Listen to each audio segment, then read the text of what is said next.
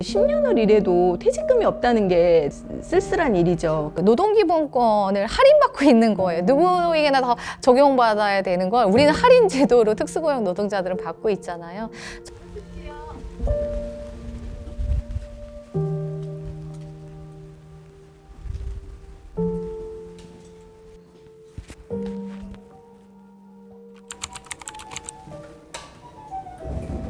재능교육에서 23년 차 근무하고 있는 여민희라고 합니다. 학습지 회사가 그냥 시간이 많다고 그래서 그 말만 믿고 들어왔었어요. 들어와 봤더니 그렇지 않더라고요, 전혀. 네. 10년 차 구몬학습의 김미래입니다. 18년 동안은 전업주부로 거의 집에서 아이들 양육하고 그랬었는데, 이 친구가 구몬학습 그 선생님을 하면 뭐 한 달에 500~600 번대 뭐 이렇게 얘기를 하더라고요. 그냥 아이를 가르치는 일은 할 수 있을 것 같았어요. 뭐 이제 그때만 살짝 하려고 했는데 제가 이게 10년을 하게 됐네요. 특수고용직인 학습지 교사는 기본급이 보장되지 않고 실적에 따라 급여를 받습니다. 업체별로 수수료 제도는 조금씩 다르지만 실적률과 연동된다는 점에선 대부분 비슷하지요. 월급은 1년 내내 수십만 원 단위로 들쑥날쑥합니다. 이번 달에 회원 이탈이 많다면 똑같은 내용으로 똑같이 가르쳤어도 저번 달보다 더 적은 비율로 자신의 몫을 가져갈 수밖에 없습니다. 신승 수수료는 이번 달에 퇴해가 나면 굉장히 많이 이렇게 차이가 나게끔 실적 위주로, 영업 잘하는 사람 위주로 이렇게 만들어진 그런 수수료예요.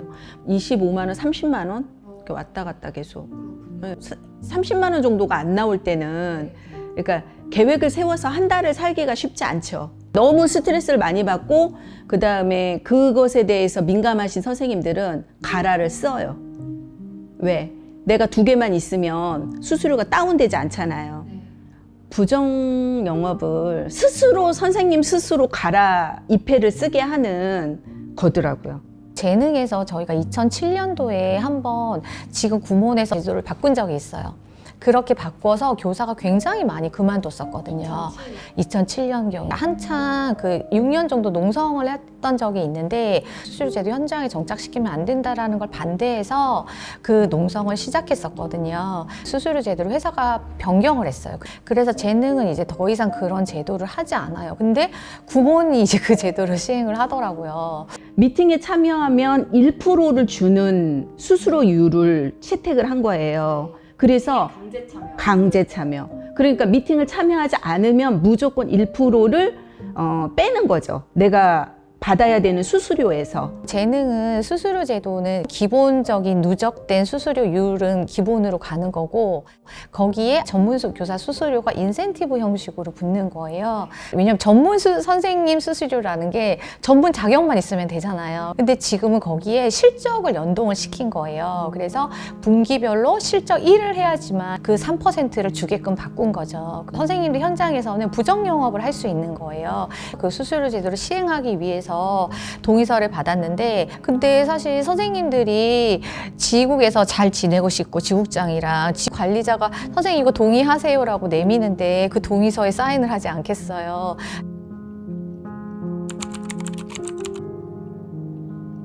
사업국 내에서 실적이 부진한 관리자들은 예를 들어서 아침에 뭐 7시부터 모여서 회의를 한다든지, 뭐 어디는 산을 간다든지, 그거 안 올려주시면 산행해야 되니까 실적 좀 올려주세요, 입회 좀 올려주세요. 하나만 해주세요. 그러니까 매일 카톡 보내는 거예요. 수업 시간에. 오늘 무입회예요. 하나씩만 더 하면 우리 상 받아요. 가짜 입회라도 넣는 거예요. 나 때문에 그 상을 못 탔다고 할 순 없다. 그래도 노동조합에 제가 있는 사람이라 이제 얘기하죠. 이런 일은 절대로 해서는 안 된다. 그런데도 이제 다른 곳은 너무나도 당연스럽게 마감날 그 목표한 실적에 맞춰서 2~3개 정도씩 없는 입회를 만들어서 넣는 거는 보통 되게 많이 하고 있는 것 같아요. 수수료율이 고정된 대교 교사들도 여전히 실적 압박으로부터 자유롭지 못합니다. 교사들의 퇴회율에 따라 센터장의 월급이 삭감되거나 계약이 해지될 수 있기 때문입니다. 국장이 팀장들하고 모아놓고 회의를 하잖아요. 그러면 이제 몇 개까지 할 수 있어 뭐 이런 거죠. 지금 만료는 교사들한테 너희는 입퇴회에 이제 신제도는 하나도 제약을 받지 않고 단지 네 매출의 몇 프로다. 그러나 중요한 건 그 위에 센터장들은 그 위치가 아니잖아요. 조삼모사 아닌가 싶네요. 수업 외에 요구되는 잔업은 모두 무급입니다. 예전 관리자는 그거를 만들지 않으면 굉장히 뭐라고 하는 거예요. 선생님들이 그냥 모여가지고 그걸 만들고 10개 만들었다라는 거 확인을 받고 그 다음에 가지고 나가고 이랬어요. 월수금 출근을 하게 해서 월요일은 대부분 전체 전달사항 있죠. 회사에서 나오는 공문이라든가 교육들을 하고요. 선생님들끼리 모여서 어떻게 하면 실적이 잘 나올 수 있는지 분임 토의를 해라 뭐 이런 것들. 그거 계속 교육해요. 그러면서 열정 페이 요구하는 거. 예, 그런데 그래서 이제 유노동 무임금이 계속 가속화되는 거예요. 아침에 저희가 출근하더라도 출근 수당 같은 것도 전혀 없어요. 신입사원들이 들어오면 신입사원들한테 내가 알고 있는 것들을 또 알려줘야 되잖아요. 그러면 그런 거에 대한 거 하나도 선생님들한테 지원도 하지 않거든요. 일요일 날 밤에 지국장으로부터 전체 이제 문자가 와요. 선생님들이 이제 편히 쉬셨지요. 내일을 준비하셔야 됩니다. 이러면서 홍보 자료나 교육 자료 보시고 내일 아침 미팅하기 전에 학부모들한테 다 보내달라고. 분기별로 부모와 상담을 진행하고 상담 일지를 작성하는 것 역시 수당 없는 의무지요. 수업 다 끝나고 집에 가면 채점을 해야 돼요. 그 교재 수거한 거. 그럼 저녁 내 그 시간만큼 또 채점해요. 채점 수당을 얼마 주는 줄 아세요? 7,000원인가 줘, 7,000원.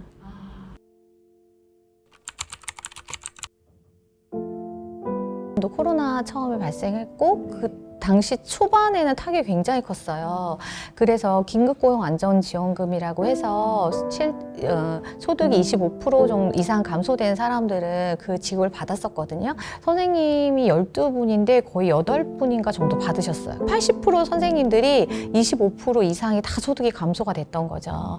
지금 요즘 한 2달 가까이 얘가 자가격리 2주 끝나면 얘가 자가격리. 그러니까 이제 못 하잖아요. 그러면 그거를 화상으로 하는 거예요. 토요일이나 뭐 수업 없는 날이나 뭐 빨리 끝나는 날 해줘야 되는 거죠. 그것도 다 무급이죠. 코로나19가 강타한 지난 2년은 방문 노동자인 학습지 교사 모두에게 특히 고된 시간이었습니다. 방역비 대부분은 교사들의 호주머니에서 나갔죠. 2020년 1년간 회사로부터 마스크를 30장 이상 받았던 사람은 전체 12.5%에 불과했습니다. 감염도 주의 크시잖아요. 그래서 이런 방역 물품이나 이런 것들에 대해서는 확실하게 지원이 되는지. 지원 안 되죠. 맨 처음에 그때 코로나 터졌다고 했을 때 그 선생님들마다 그 수업을 얼마큼 하느냐에 따라서 2만 원, 3만 원 뭐 그렇게 줬던 것 같아요. 그래가지고 진짜 너무 찌질하다. 어떻게 이걸 3만 원을 주냐. 재능교육은 노조와의 교섭 중에 교사들의 요청에 따라 백신 무급 휴가와 2부 관리를 지원했습니다. 회원들한테 나갈 수 있는 안내문까지 회사에서 제작을 해줬어요. 그 다음에 이제 대교에서도 그 공문이 나왔고 이제 구몬만 안 나왔어요. 구몬은 좀 다르게 나왔어요. 진짜 구몬은 왜 그러는지 모르겠어요. 코로나 시대 비대면 교육 상품 판매량은 늘었지만 그로 인해 교사들의 일터는 더 팍팍해졌습니다. 선생님들은 교육용 태블릿을 사비로 구매해야 했죠. 회사는 학부모에게 태블릿까지 판매하도록 압박했습니다. 관리자들은 그거를 무조건 하라고 해요. 선생님들한테. 스마트 구몬을 하게 해라. 그러면 우리 회원이 되잖아요. 2년 동안은. 그런데 스마트 구몬의 수수료 체계는 어딘가 이상합니다. 한 명당 한 3,500원 정도의 수수료를 주거든요. 그런데 한 명에서 4명 했을 때는 안 줘. 5명이 돼야지 수수료를 지급해. 그 다음에 이제 6명 했을 때도 5명 수수료. 9명에도 5명 수수료를 줘. 그 다음에 10명이 되면 또 35,000원을 줘. 뭐 이런 식으로 회사는 나머지 4명인 사람한테는 계속 안 주는 거잖아요.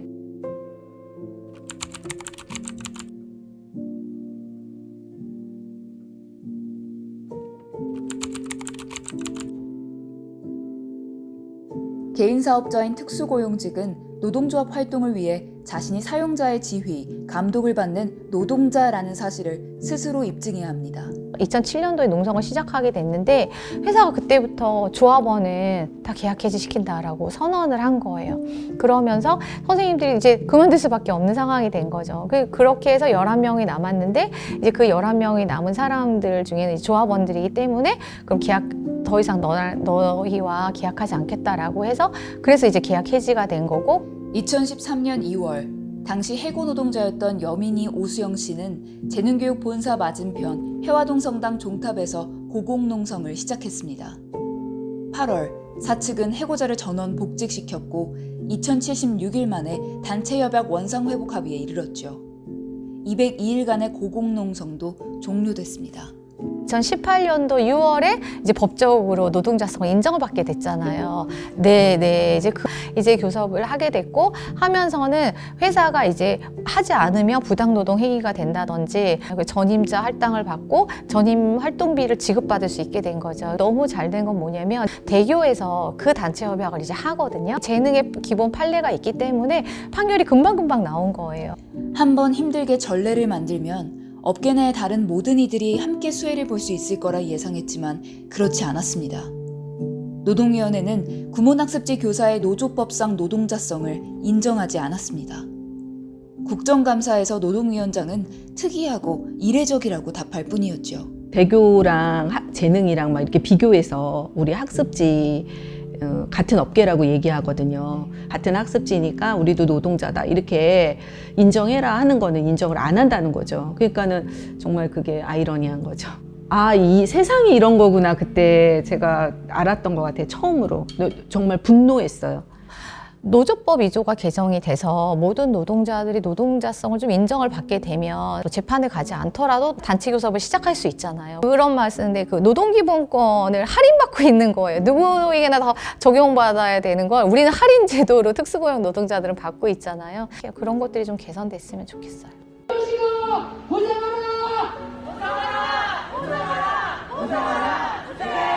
그러니까 저희 사례를 연구를 하시는 분들을 만나면 근로기준법상 근로자 맞는데 너도 근로기준법상에 왜 적용을 못 받는 거지 학습지 교사가 이런 말들 많이 하시거든요. 근데 이제 그게 과제인 것 같아요. 노동의 가치를 제대로 평가받지 못하고 있다고 느끼는 거예요. 근데 코로나19가 오면서 실질적으로 그만두는 만큼 내 소득이 너무 많이 줄어들고 내가 만약에 코로나 걸려서 수업을 못하게 됐을 때도 난 지원을 받을 수가 없고 그거를 순전히 내 힘으로 수업 못한 거에 대해서 내가 변상해야 되고 절실하게 느꼈던 거죠. 23년 차면 그동안의 경력들이 있을 거잖아요.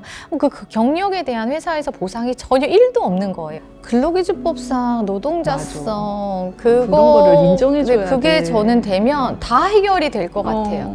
그러면 4대 보험도 당연히 되는 거고 퇴직금도 받을 수 있는 거고 더 이상 내가 무상으로 뭔가를 내 노동력을 제공하지 않아도 되고 노동에 대한 정확한 평가를 받을 수 있잖아요. 보통 사람들이 내 아이는 반드시 정규직이 될 거야. 내 아이는 공부 잘해서 반드시 전문직이 되고 정규직 그런 대접을 받을 거야 라고 생각하는데 이런 형태의 노동이 이 사회에 굉장히 많거든요. 그러면 그 사람들의 아이들도 이런 형태의 노동밖에는 할 수가 없어요. 대부분이. 그래서 우리 사회가 진짜 다시 생각해야 되지 않을까. 이런 노동을 허용하지 말아야 된다.